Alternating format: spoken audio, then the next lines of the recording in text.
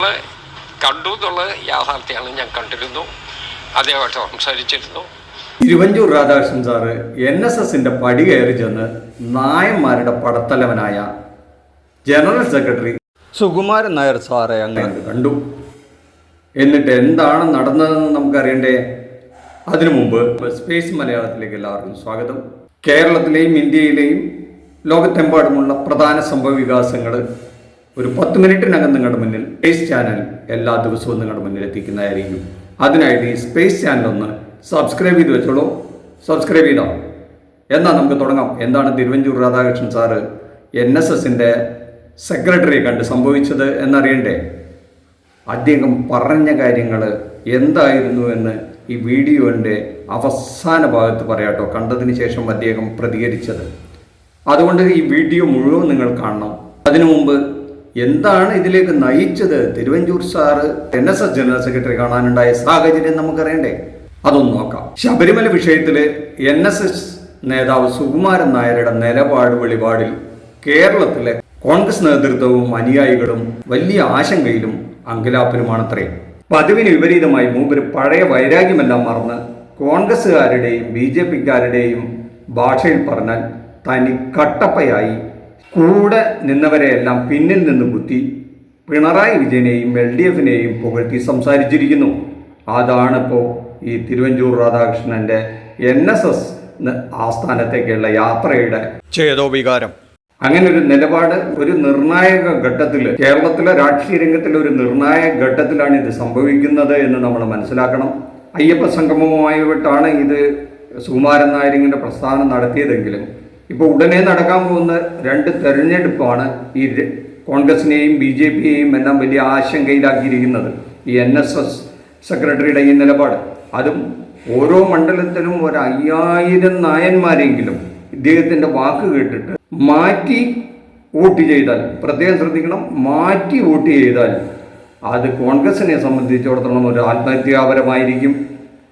അത് അടുത്ത തെരഞ്ഞെടുപ്പിലെ അവരുടെ എല്ലാ സ്വപ്നങ്ങളെയും കരിച്ചു കളയുന്നതായിരിക്കുമെന്ന് അവർക്ക് ബോധ്യമുള്ളത് കൊണ്ടാണ് എങ്ങനെയെങ്കിലും ഒന്ന് സുകുമാരൻ നായരെ അനുനയിപ്പിക്കാനും ഒരു വാക്കെങ്കിലും ചെറുതായി മാറ്റി പറഞ്ഞു കിട്ടിയാൽ, ഒന്ന് ഒരു സോഫ്റ്റൻ ചെയ്താൽ, അല്ലെങ്കിൽ ഒന്ന് അദ്ദേഹത്തിൻ്റെ നിലപാടിൽ ഒരു അയവ് വരുത്തിയാൽ അത് വലിയ ഗുണം ചെയ്യും.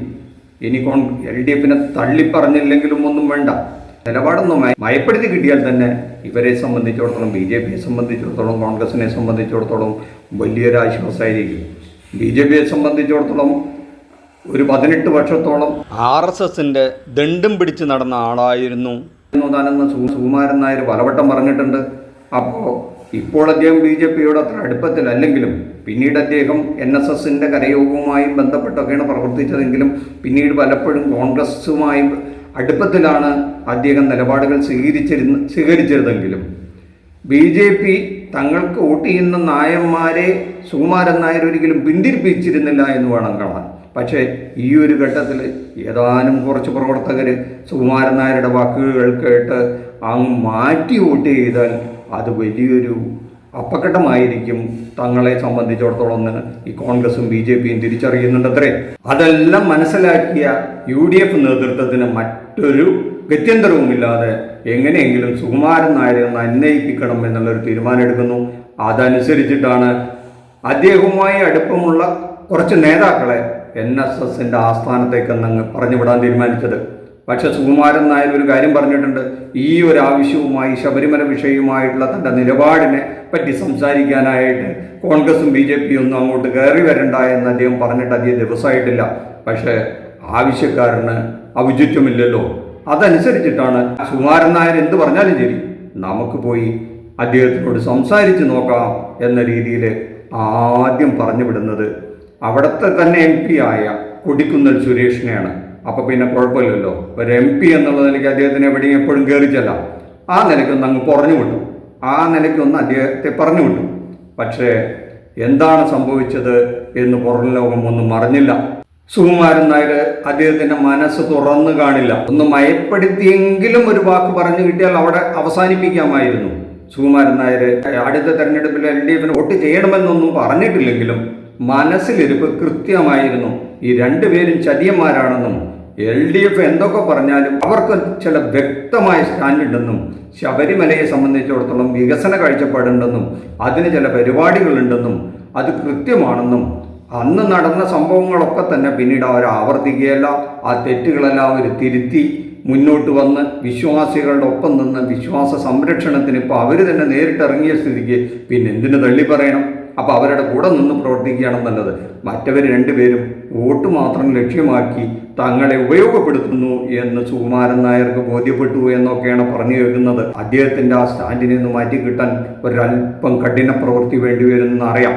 അപ്പോൾ എന്തായാലും നമ്മുടെ കൊട്ടിക്കുന്നൽ സുരേഷിനെ കൊണ്ട് കാര്യം സാധിച്ചില്ല എന്ന് ഊഹിക്കണം നമ്മൾ. അപ്പോൾ പിന്നെ ഏറ്റവും അദ്ദേഹമായിട്ട് ഏറ്റവും അടുപ്പുള്ള ഒരു പഴയ കാല നേതാവിനെ അങ്ങ് പറഞ്ഞുവിടാമെന്ന് വിചാരിച്ച് നമ്മുടെ കുര്യൻ സാറിനെ പറഞ്ഞു വിട്ടു. അദ്ദേഹം വളരെ ഒരു അനുനയത്തിലൊക്കെ അദ്ദേഹത്തെ പറഞ്ഞ് മനസ്സിലാക്കാൻ കഴിയുമെന്നാണ് കോൺഗ്രസ്സുകാരുടെ ഉദ്ദേശം ഉണ്ടായിരുന്നത്. അതനുസരിച്ച് അങ്ങോട്ട് പോയി. കുര്യൻ സാർ ചെന്നിട്ടും അദ്ദേഹം മനസ്സ് തുറന്നില്ല എന്നും കുര്യൻ സാറിൻ്റെ സന്ദർശനവും സ്വാഹയായി എന്ന് വേണം മനസ്സിലാക്കാൻ. കുര്യൻ സാറിനെ തന്നെ ഒരു മൂലക്കിരുത്തിയിരിക്കുകയാണ് കോൺഗ്രസ്സുകാർ. കുറേ കാലമായി അദ്ദേഹത്തിൻ്റെ സേവനമൊന്നും കോൺഗ്രസ്സുകാർ ആവശ്യപ്പെടുന്നേയില്ല. എന്നാലും വേറെ വഴിയില്ല, ഒരു ഗത്യന്തരമില്ലാതിരിക്കുമ്പോൾ കുര്യൻ സാറെങ്കിൽ കുര്യൻ സാർ എന്നുള്ള നിലയ്ക്കാണ് കുര്യൻ സാറിനെ എന്ന് പറഞ്ഞു വിട്ടത്. കാരണം കുര്യൻ സാറും സുകുമാരൻ നായരും ഒക്കെ വളരെ അടുപ്പമുള്ള നേതാക്കളാണ്. അപ്പോൾ കുര്യൻ സാറ് പറഞ്ഞാൽ എന്തെങ്കിലും തരത്തിലൊന്ന് മയപ്പെടുത്തി കിട്ടിയാൽ രക്ഷപ്പെട്ടേനെ എന്നുള്ള ഒരു തീരുമാനത്തിൻ്റെ വെളിച്ചത്തിലാണ് അത്രേ ഈ കുര്യൻ സാറിനെ പറഞ്ഞു വിട്ടത്. അപ്പോൾ അതുകൊണ്ടും പ്രയോജനമുണ്ടായില്ല. എന്നാൽ പിന്നീട് എന്താണ് ഒരു വഴി എന്ന് ഈ കോൺഗ്രസ് നേതൃത്വം ആലോചിച്ചു കാണും. അപ്പോഴാണ് ഒരു നായരായ നേതാവിനെ തന്നെ ഒന്ന് അയച്ചു നോക്കിയാൽ എന്താ? അതാവുമ്പോൾ നമ്മുടെ തിരുവഞ്ചൂർ രാധാകൃഷ്ണൻ സാർ സൂപ്പർ. അദ്ദേഹത്തിൻ്റെ ആ വളരെ അടക്കി ഒതുക്കിയുള്ള ഭാഷയിൽ അളന്നു കുറിച്ചുള്ള സംഭാഷണം വഴിയൊക്കെ സുകുമാരൻ നായരെ കാര്യങ്ങൾ പറഞ്ഞ് ബോധ്യപ്പെടുത്താൻ പറ്റുമെന്നും, കാരണം 2026 എന്ന് പറഞ്ഞാൽ ഏതാണ്ട് 10 വർഷത്തെ പിണറായി വിജയൻ്റെ ഈ ദുർഭരണത്തിനെതിരെ ജനങ്ങളാകെ കാത്തു നിൽക്കുകയാണ്. എങ്ങനെയെങ്കിലും ഒന്ന് ഈ LDFനെ ഒന്ന് അധികാരത്തിൽ നിന്ന് പുറത്താക്കാൻ വേണ്ടി. ആ സമയത്താണ് ഈ NSSനെയും SNDPയും എന്ത് വേണ്ട സർവ്വജാതി സംഘടനകളെയും LDF അതിൻ്റെ ചിറകിനടിയിൽ അങ്ങനെ പൊതിഞ്ഞ് വെച്ചിരിക്കുകയാണ്. ഒരു വിധത്തിലും ആ ചിറകിനടിയിൽ നിന്ന് ഇവരെ ഒന്നും കൊണ്ട് അടർത്തി മാറ്റാൻ കഴിയുന്നില്ല. ഈ സമുദായ സംഘടനകളൊക്കെ പറഞ്ഞാൽ ഇവരെല്ലാം അതിലെ മെമ്പർമാരെല്ലാം വോട്ട് ചെയ്യുമോ എന്നൊന്നും ചോദിക്കരുത് കേട്ടോ. അതൊക്കെ ആ നേതാക്കളുടെ ഒരു മനസ്സ് അങ്ങനെയാണ്. തങ്ങൾ പറയുന്ന പോലെയാണ് ഈ സംഘടനകളെല്ലാം ആ സംഘടനയിലെ അംഗങ്ങളെല്ലാം വോട്ട് ചെയ്യുക എന്നൊരു ധാരണ അവർക്കുണ്ട്. ആ ധാരണ അങ്ങനെ തന്നെ ഇരിക്കട്ടെ. അങ്ങനെയാണോ അല്ലേ എന്നുള്ള അഭിപ്രായം നിങ്ങൾക്ക് ഇതിൽ കുറിക്കാട്ടോ. നിങ്ങളുടെ അഭിപ്രായങ്ങൾ ഇതിൻ്റെ കമൻറ്റ് ബോക്സിൽ ഇട്ടോളൂ. ഏതെങ്കിലും സമുദായ സംഘടനകൾ പറയുന്നതിനനുസരിച്ചാണോ അതിലെ അംഗങ്ങൾ ഈ വോട്ട് രേഖപ്പെടുത്തുന്നതെന്ന് ആയിരിക്കാം, അല്ലായിരിക്കാം. അതിലൊരു അഭിപ്രായം പറയാൻ നമ്മൾ അശക്തരാണ്. പക്ഷെ നിങ്ങൾ ശക്തരാണ്. നമുക്ക് സുകുമാരൻ നായരെ ഈ തിരുവഞ്ചൂർ രാധാകൃഷ്ണൻ സാറ് കണ്ടതിന് ശേഷമുള്ള അദ്ദേഹത്തിൻ്റെ അഭിപ്രായം ഒന്ന് കേട്ടു നോക്കാം. കേട്ടാലോ? അതെ, യഥാർത്ഥത്തിൽ അങ്ങനെ ഒരു അകൽച്ചയില്ലല്ലോ. വ്യാഖ്യാനിച്ചതിലും അകൽച്ച ഉണ്ടാക്കുന്നത്.